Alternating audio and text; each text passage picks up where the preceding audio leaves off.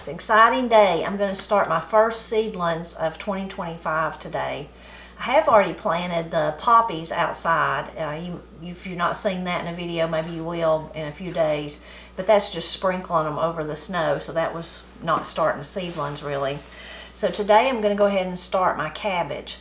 And I don't think I'll do anything else today. The next thing I want to do is peppers, but I'm going to wait a few more weeks for that. And then, of course, after that, I'll need to be worrying about my tomatoes. So I've been trying to get everything ready this morning. Matt's been helping me. Last year, we did not have good success with our seedlings. The tomatoes were fine. They did fine. But the cabbage and the peppers really suffered and really died. I don't think I got to plant any of them. I even moved them to the greenhouse once it was warmer, and they still just did not do good out there. And as I look back over that, I'm trying to figure out why, because I don't want that to happen again. We've successfully grown them for many years. And I think it was a couple of reasons. One of them was neglect, because Granny was really sick last spring. Early in the spring, and then also, you know, Katie had a baby, and that was really exciting, and I wasn't thinking about gardening every day like I should have been. But the other thing is, I think that we just got them too hot. We had moved the lights on the grow shelf that we start them on to be 2 on each shelf, and I think that was just too much heat for them. And then we did not use the cover that kind of keeps in the moisture, and I think they just dried out. And then also, I think we left I like to put the heated mats, the grow mats underneath the seeds.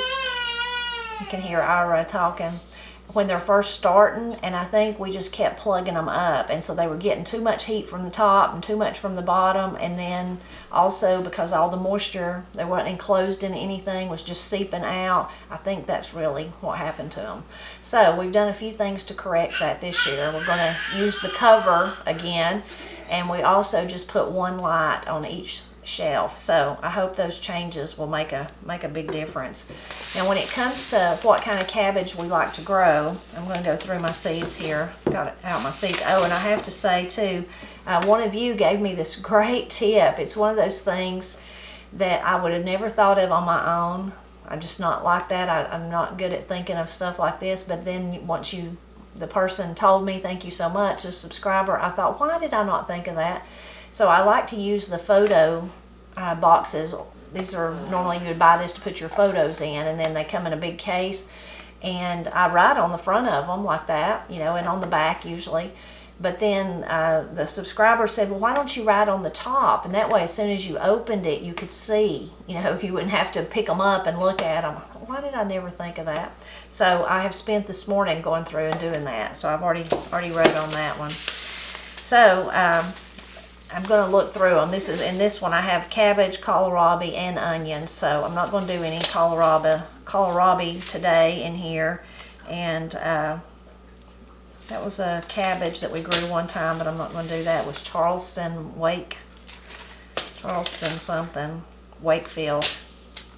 And this is a Brunswick. We've tried that one before. But really our favorite is the Copenhagen. And that's another Charleston. With some onions.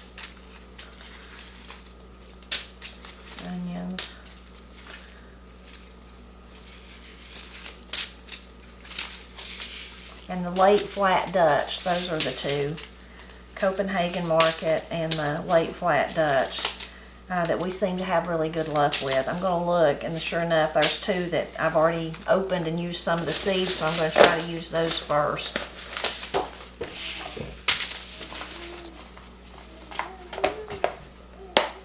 As far as what to plant them in, and I should even say before I even tell that, there's all different manners and methods of starting your seeds, and you just need to find out what works best for you. I've been doing this for a long time, so I kind of found out what works best for me, and that's what I do. And that's just up to you to decide. I say do all the research and then figure out what you think will work for you, but the best thing is just to start doing it, and then you'll realize, oh, well, I didn't really like that. I like this better, or I didn't like that part. I like this part, or sometimes I'll never do that again, or I'll always do that again. So there's all those different ways to think about it. You just have to find out what works best for you. So for the cabbage and the peppers, we bought these probably, I don't know, 3 or 4 years ago. and I think they're from Burpee. Yep, there I see the name Burpee. So they're, if you notice, they're like kind of squishy on the bottom. That makes it really easy to push the plant out of when you need to up pot them for the next one. But I've been using them to start my peppers and my cabbage in, and I really like it. Now for our tomatoes, if you've watched our videos for a long time, you know we use the solo cups. And we use those because they're bigger, and once we plant the tomato in that, we don't ever up pot them. They just grow in that cup until we're ready to put them outside in the ground. But with the peppers and the cabbage, I try to start them in these, and then I up pot them, and then I'll eventually, with the cabbage, hopefully I can just put them right outside since they can stand a little cold, chilly weather of spring. And then with the peppers, I'll move them out to the greenhouse and let them continue to grow out there until it's warm enough to put them outside. So my first thing is I need to fill them with some dirt, and that's another thing. A lot of people ask me, well, what kind of dirt do you use? Do you buy a special mix? Do you mix your own? There's lots of details online about people that tell you how to mix it, make it your own, buy this and buy that, and make kind of the perfect mix to start seedlings in. I just use pot and soil that I buy at Walmart. That's what I've done for many, many years, and that's just what I continue to do. But you can research that, and I'm sure that works even better, I'm sure. But so I've got Matt got me some soil, and I'm just going to start filling them. Actually, I want to put my hands in there. That would be easier than using this, but then I'm going to make a mess no matter what I do, aren't I? Actually, I should put this back down in here though, because it's dripping out the bottom already on me.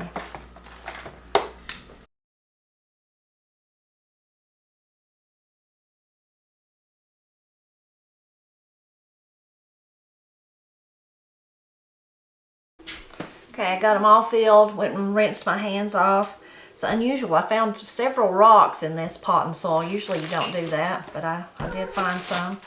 So I've got my little markers. I'm going to mark what I'm going to grow here so I'll know which is which. Do one whole tray, and these trays are, I think they're 16 little things, 16 little cells. I'll just put one seed in each. That you may be thinking that's a whole lot of cabbage. It is a whole lot of cabbage. Some of them may not make it like they did last year, so I'll have a few extras. And then if I just have too many to plant, we will definitely share them. Might share them with Corey and Austin. They could put them in one of their raised beds down there, or maybe even Granny.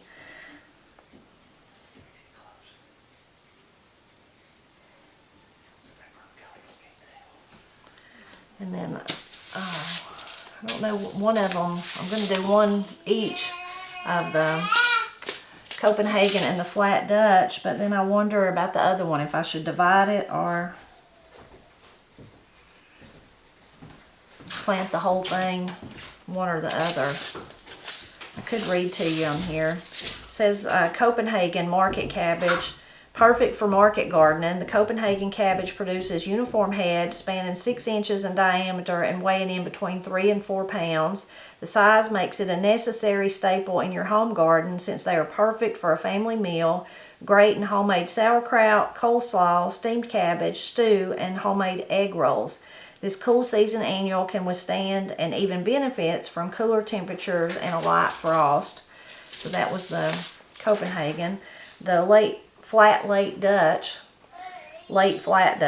is brought to us by German immigrants. The flat Dutch cabbage is a large heading variety, great for storage. The rich green heads grow to be between 10 and 15 pounds with a white interior. The size and sturdiness of the leaves make this a great option for recipes like cabbage rolls. Given the best flavor after a kiss of frost, this variety will be ready later in the season. Ours never get that big, never. I'm sure yours probably would, but here where we're at, our cabbage never get that big. But, you know, we might have one cabbage this big and then one that big. It just kind of varies. I've never had like uniform cabbage, but they're all good and we enjoy them, and we make kraut with them. We eat them fresh. And the past 2 years, I've made like a canned coleslaw that we really, really like. I think we've eaten it all for this year, so next year I need to make even more of that. So, that still doesn't help me with what I would want to do. Maybe I'll divide. Maybe I'll do two. That way, make it easy on me. I can do one of each.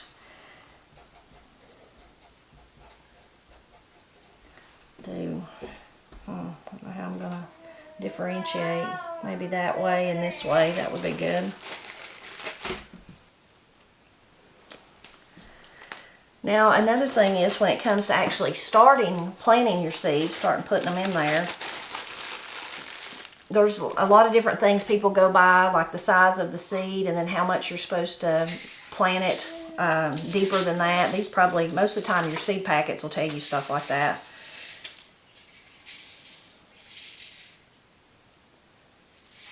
That one don't. Let's see if this one does. Seed depth 1/4 of an inch is what this one says. I don't think that one tells either. So you could always just search online for how deep. Of course, there's some seeds that need light to actually germinate. So you have to think about that. Not so much though with things like cabbage. But my rule of thumb is seeds really want to grow. That's their purpose. I mean, you can try to encourage it and help them. Like I'm going to put heat mats under this. I'm going to put them in the light. I'm going to keep them here in the warmth. But in the end, you just really want to grow. And the biggest or the greatest example of that is the volunteers. I've got volunteers in my garden out there that are, under snow right now. My snow's still in the backyard, even though we didn't get very much. It's still here. It's been so cold, it's not melted. So there's seeds out there, and they've probably been stepped on or scratched around by animals, or when we tore out stuff, we disturbed them, all that. And they'll lay there until warm weather comes, and then they'll sprout. And thinking about the tomatoes, those will be some of the best tomatoes that we plant, will be those that volunteered, like the little Tommy Toe ones. So seeds really are amazing, and they can really surprise you. So always be encouraged and keep that in mind if you're worried about growing. I say just jump in and you'll have better luck than what you think. Really, the hard part of gardening to me, the most difficult thing is the pestilence, as Matt would say. It's the bugs that will try to eat your cabbage once they're outside. It's the weather that you can't do anything about that. It's those kind of things. It's the bugs and the weather and the weeds, of course, that we always as gardeners have to worry about. So those are more the things that are hinder you from actually growing and producing. I'm hoping this really cold weather that we've had, though, really does stop some of the pestilence. Maybe it's put my squash bugs in the wind. I don't know, though. I don't know if that's too much to hope for.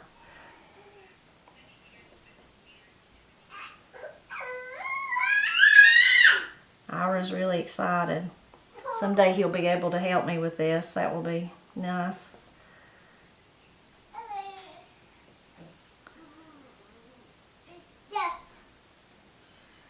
Have him and Woodrow both. I'll have two little gardeners.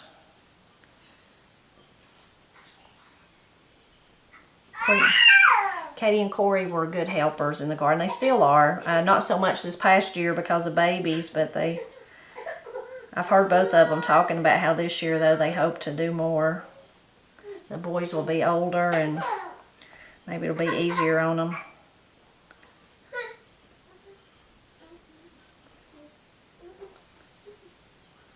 As far as when the actually take, I don't know, 4 or 5 days or something for these to sprout, and then, I don't think I have near enough dirt in that one. As far as keeping them watered, you do need to water them, and I'll water these seeds in before I take them and put them on the shelves. But you don't want to overwater them, so just kind of feel with your finger, and if the soil is really, really dry, then they need to be watered, of course. But if it's still a little bit moist, you could wait another day or so.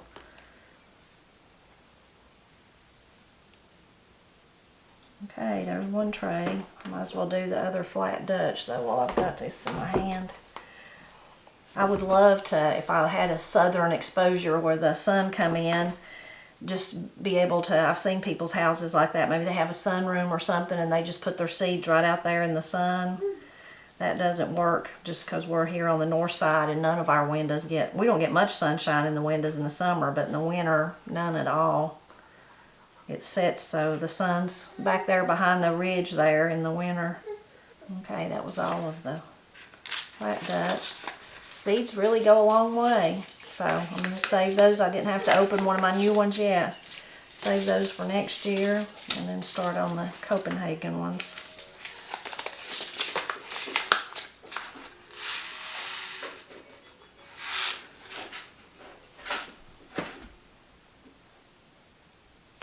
Okay, that one's done. Just one more to go.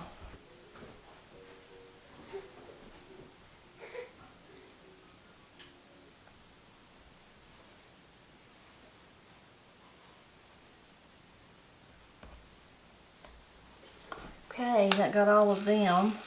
Still got some of them left too for next year. So let me give them a quick water, and then I'll show you where I'm going to put them, where they're going to be hopefully sprouting and growing. Well, I mean, unless you just want to talk through it. Woo! I want to talk through it. I've got important things to say, and I think they should be shared on your channel. Okay, now I've got, not just got Ira, I've got Matt and Katie trying to interrupt me. Okay, so this is the shelf. There's all kinds of ways online that you can find to make your own kind of grow lights system, and we've just never done that. We've just always had a shelf like this. And this is the cover that I said I think helps hold all that moisture and heat in. These are the pads, heating pads, grow pads that get warm, so it kind of heats them from the bottom. Especially helpful with peppers. Cabbage is pretty easy to sprout, but peppers are kind of difficult. So we'll keep it zipped up, and eventually we'll have it more filled than this, because the peppers will go in here, maybe a few other things, but especially the peppers. And we plan to plant a lot of peppers this year, because last year they didn't do good because they all died even before we got started. So I'm hopeful that with the covering them and paying better attention to them, and then just using the one light above them, hopefully that'll keep them from drying out and dying like they did last year. So it's nice to have that little chore done, something I really enjoyed doing. Exciting to think about this year's garden, and that's like one of the first little steps towards that direction. One of our subscribers, Jan, contacted me, and I shared this in a live a couple of weeks ago about, and that's something I had not even thought of, but that she had heard people talking about folks from the Helene flood who had lost their home. Of course, what would they have lost with that if they were a gardener? They lost their seeds and all their gardening supplies. So she was just saying that maybe we could put it out there that there was a way that we could help those people, and she knew she certainly would be willing to share seeds. She figured I would be, but she just didn't know how it would work, you know. So I shared that in the live and asked all of you to pray about it. And after that, a dear lady contacted me and said she was working on it. She heard that, and she felt led to figure out how to solve the problem. So I don't have any news yet on that, but please continue to pray about that. And I do have like my seeds that that's the amazing thing about seeds, is that they last. So I've been using this one probably for 2 years, and I've still, because it had so many seeds in it, I've still not used them all. So, and then I have new packs, so I definitely would be willing to share, and I know a lot of you would be too. So keep that in mind, and anything I learn about the program or how they're going to set it up, I'll be sure to share that with you.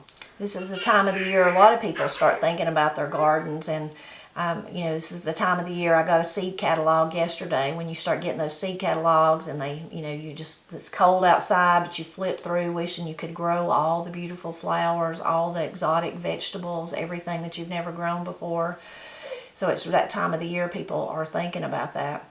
I remember one time, years and years ago, I was still doing folk art. It's one of my folk art pieces up there, and I had a show, and it come a big snow, and I almost didn't go, but Matt said if I really thought I needed to go, he would drive me, so he did, and it was very scary on the way there, but we made it, and it was a good show and all that. But then at the end of a long day, when I got home, in my mailbox was the seeds that I'd ordered that year. So it was like on that snowy cold day, I was getting summer in the mailbox. That's kind of what today's like. I've got the snow outside, and I'm playing in the dirt in here with the seeds. Cabbage are not truly a summer crop, but usually for us, it's usually warm weather, really warm weather, before we actually ever harvest the cabbage. So I guess in a way they are for us. Anyway, I hope that you enjoyed coming along with me today to plant my cabbages. As always, I'm always thankful when you stop by to help me celebrate Appalachia.